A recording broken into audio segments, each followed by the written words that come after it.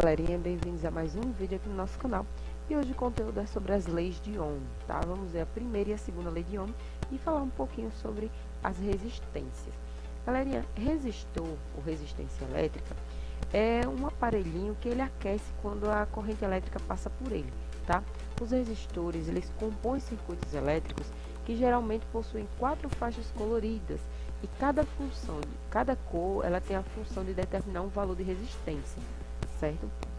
Sempre que tivermos um condutor em nosso dia a dia, perceberemos que ocorre um certo aquecimento quando ele é percorrido por uma corrente elétrica. Esse aquecimento acontece em função da passagem da corrente. A essa característica do material chamaremos de resistência. A essa resistência elétrica de um condutor metálico é definida pela relação. A resistência é a divisão entre a tensão e a corrente elétrica. A unidade de medida de resistência vai ser o ohm, a tensão vai ser o volt, no caso o V, e a corrente, que é o I, vai ser o amperes, a letra A. O símbolo usado para representar uma resistência no circuito elétrico pode ser essa graminha aqui que vocês estão vendo com a letrinha R, tá? Essa representação, esse símbolo vai estar indicando que aí tem uma resistência. Esse U aqui em cima é uma bateria, algum tipo de gerador, certo? Perceba que ele tem uma partezinha menor e uma partezinha maior, indica que tem um positivo e um negativo aqui, pode ser uma pilha, uma bateria. E esse I é a passagem da corrente elétrica, certo? Então esses são os componentes principais para se estudar na eletrodinâmica.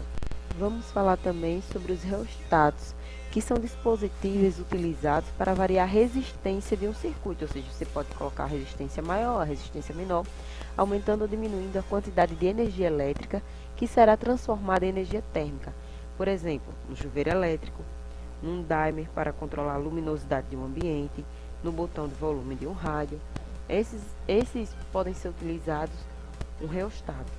Num circuito esquematizado, desenhado, essas podem ser uma das representações de um reostato. O resistor, tipo aí tem um resistor e tem uma seta cortando ele. Se tem essa setinha cortando, indica que é um reostato, tá? O reostato, ele varia a resistência no circuito. O gráfico da primeira lei de Ohm expressa a relação entre tensão U e corrente I. Nos mostra que essa resistência permanece sempre constante à medida que se aumenta o potencial, que no caso é a tensão, pois a corrente aumenta na mesma proporção. Resistores ômicos e não ômicos.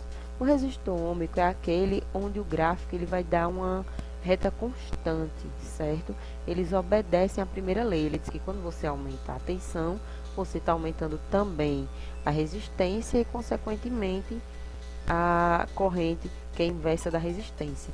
E o resistor não ômico, ele não obedece à primeira lei de Ohm. Então, ele vai variando, varia a corrente, varia a tensão. Então, a resistência ela não é constante. Segunda lei de Ohm. A resistência de um material varia conforme a espessura dele, que no caso é a área, e também com o comprimento. Ainda não devemos deixar de levar em consideração o tipo do material que o condutor é feito. A expressão é dada por R, a resistência. Essa letra grega ρ é a resistividade do material, é do que o material foi feito. O I, o L é o comprimento do fio. E a letra A é a área desse fio, certo? Para quem não lembra o cálculo da área, tá aí, é πr ao quadrado. Nós também devemos levar em consideração que a resistência varia muito com a temperatura. Quanto maior a agitação dos átomos ou das moléculas, ou seja, quanto mais você aumentar a temperatura, maior será a dificuldade para os elétrons livres se movimentarem dentro do fio condutor.